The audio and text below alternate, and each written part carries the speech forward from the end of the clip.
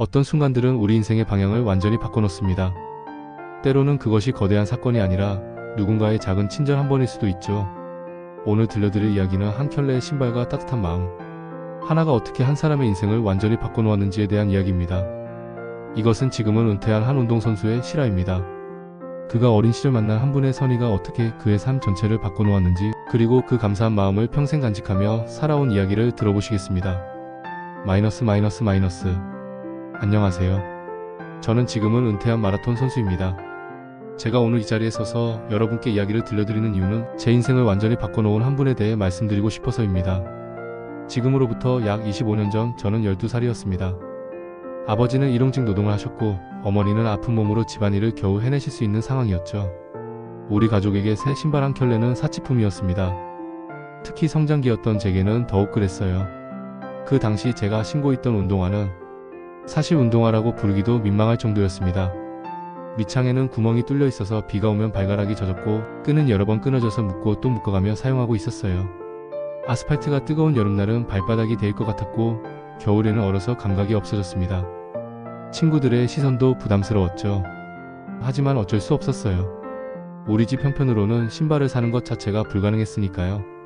그러던 어느 가을날이었습니다. 학교에서 돌아오는 길에 우연히 작은 신발 가게 앞을 지나게 되었어요. 그 가게는 정말 낡고 오래된 곳이었습니다. 페인트가 벗겨진 간판에는 신발이라고 흐릿하게 적혀 있었고 유리창에는 먼지가 두껍게 쌓여 있었죠. 사람들의 발길이 끊긴 지 오래된 것 같았어요. 하지만 그날따라 그 가게가 왠지 눈에 들어왔습니다. 아마도 제 맨발 때문이었을 거예요. 저도 모르게 발걸음을 멈추고 진열되어 있는 신발들을 바라보았습니다.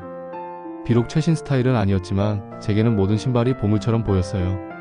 그때 가게 안에서 한 분이 나오셨습니다. 70대 정도로 보이는 할아버지셨어요. 허리가 약간 굽어 계셨지만 눈빛만은 아주 따뜻하셨습니다. 할아버지는 저를 보시더니 제 맨발을 내려다보셨어요. 그 순간 저는 너무 부끄러워서 얼른 발을 뒤로 숨기려고 했습니다. 얘야, 신발이 어디 갔니? 할아버지가 부드럽게 물으셨어요. 저는 대답하지 못하고 고개만 푹 숙였습니다. 어떻게 말해야 할지 몰랐거든요. 신발이 너무 낡아서 버렸어요. 집에 돈이 없어서 새로 살 수 없어요 라고 말하기가 너무 창피했습니다. 할아버지는 제 마음을 이해하셨는지 더 이상 묻지 않으시고 가게 안으로 들어가셨어요. 저는 그 자리에서 어떻게 해야 할지 몰라 우두커니 서 있었습니다. 그냥 가야 하나 아니면 계속 서 있어야 하나 망설이고 있었죠. 잠깐 후 할아버지가 다시 나오셨는데 손에 신발 한 켤레를 들고 계셨어요. 그것도 아주 좋아 보이는 운동화였습니다. 흰색 바탕에 파란색 줄무늬가 있는 정말 멋진 신발이었어요. 이 신발 내가 신어야겠다. 할아버지가 말씀하시며 그 신발을 제게 내미셨습니다. 저는 깜짝 놀랐어요. 아니에요. 저는 돈이 없어요. 할아버지는 미소를 지으시며 말씀하셨습니다. 돈 얘기는 하지 말자. 이 신발들도 어차피 오래 있었던 거라 새 주인을 찾고 있었거든. 저는 주머니를 뒤져봤어요. 용돈으로 받았던 몇천 원이 전부였습니다. 아무리 봐도 그 좋은 신발값에는 턱없이 부족했죠. 할아버지 정말 죄송해요. 저는 이것밖에 없어요. 제가 구겨진 지폐 몇 장을 꺼내 보이자 할아버지는 고개를 저으셨어요. 아니야, 돈은 받지 않을 거야. 대신 이 신발 신고 열심히 뛰어다니기만 하면 돼. 저는 믿을 수 없었어요. 정말 공짜로 주신다는 건가요? 세상에 그런 일이 있을까요? 정말 괜찮으세요? 물론이지. 어서 신어보자. 할아버지는 제게 신발을 신게 도와주셨어요. 놀랍게도 제 발에 정확히 맞았습니다. 마치 제 발을 위해 만들어진 것 같았어요. 신발을 신는 순간 제 발이 구름 위를 걷는 것 같았습니다. 그렇게 부드럽고 편안할 수가 없었어요. 어떠니? 잘 맞니? 네, 정말 잘 맞아요. 저는 기뻐서 눈물이 날 것 같았습니다. 그때 할아버지가 제 어깨에 손을 올리시며 말씀하셨어요. 얘야, 이 신발이 너를 좋은 곳으로 데려다 줄 거야. 열심히 뛰어다니렴. 그리고 언제든 힘들면 이 할아버지 생각해. 세상에는 너를 응원하는 사람들이 있다는 걸 잊지 말고. 저는 그 말씀을 들으며 정말 큰 울음을 터뜨렸습니다. 그동안 혼자라고 생각했는데 이렇게 저를 걱정해 주시는 분이 계시다니 너무 감사하고 감동적이었어요. 할아버지 정말 감사해요. 평생 잊지 않을게요. 할아버지는 따뜻하게 웃으시며 저를 보내주셨습니다. 그날 저는 새 신발을 신고 집으로 뛰어갔어요. 정말 오랜만에 제대로 된 신발을 신고 뛰는 기분이었습니다. 마치 하늘을 날 수 있을 것 같았어요. 집에 도착해서 부모님께 이 일을 말씀드렸더니 부모님도 너무 놀라셨어요. 그리고 그 할아버지께 얼마나 감사한 마음인지 모르겠다고 하셨죠. 아버지는 나중에라도 꼭 찾아가서 인사드려야겠다고 말씀하셨습니다. 그 신발을 신고 다니면서 제 삶이 조금씩 바뀌기 시작했습니다. 우선 학교 체육 시간이 즐거워졌어요. 맨발로는 할 수 없었던 운동들을 마음껏 할 수 있게 되었거든요. 특히 달리기에서 제 실력을 발견했습니다. 원래 달리기를 좋아했지만 맨발로는 제대로 뛸 수 없었어요. 하지만 할아버지가 주신 신발을 신고 나니 정말 빨라진 것 같았습니다. 체육 선생님도 제 달리기 실력에 놀라셨어요. 너 달리기 재능이 있구나. 육상부에 들어와 보지 않을래? 체육 선생님의 제안이었습니다. 처음에는 망설였어요.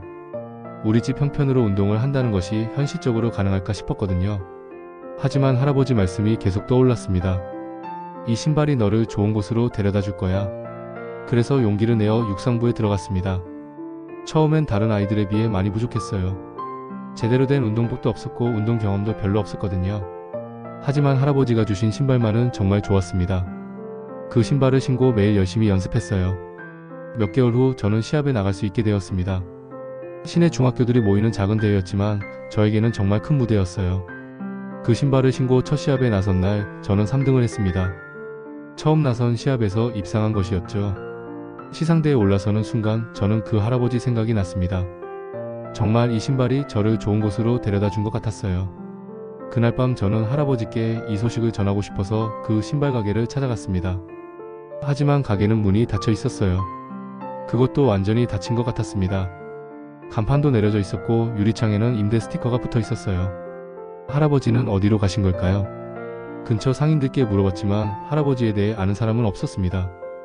그분이 언제부터 그 가게를 하셨는지 어디로 가셨는지 아무도 모르겠다는 거였어요. 마치 할아버지는 저를 위해서만 잠깐 나타나셨다가 사라지신 것 같았습니다. 그 후로도 저는 계속 그 신발을 신고 운동했습니다. 중학교 때는 시 대회에서 우승했고 고등학교에 들어가서는 전국 대회에도 나갈 수 있게 되었어요. 그 신발은 제가 고등학교 2학년 때까지 신었습니다. 발이 커져서 더 이상 신을 수 없을 때까지 말이죠. 새 운동화로 바꿔야 하는 날 저는 정말 아쉬웠어요. 그 신발과 함께한 시간들이 너무 소중했거든요. 하지만 버릴 수는 없었습니다. 제 인생을 바꿔준 신발이었으니까요. 그래서 소중히 보관해 두었어요. 대학교에 진학해서도 육상을 계속했습니다. 마라톤 전문 선수가 되었고 여러 대회에서 좋은 성적을 거두었어요. 실업팀에 들어가서 프로 선수가 되었을 때 저는 정말 그 할아버지께 감사했습니다. 그분이 아니었다면 지금의 제가 있을 수 없었으니까요. 프로 선수로 활동하면서 저는 국내외 여러 대회에서 입상했습니다. 올림픽 대표로 선발되기도 했고 국제 마라톤 대회에서 우승하기도 했어요.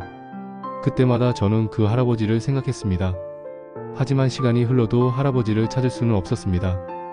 그 동네도 재개발되어 완전히 바뀌어버렸거든요.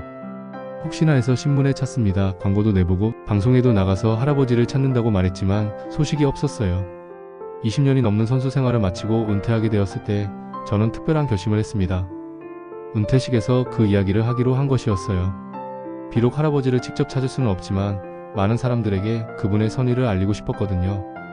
은퇴식 날 저는 그 낡은 신발을 가져갔습니다.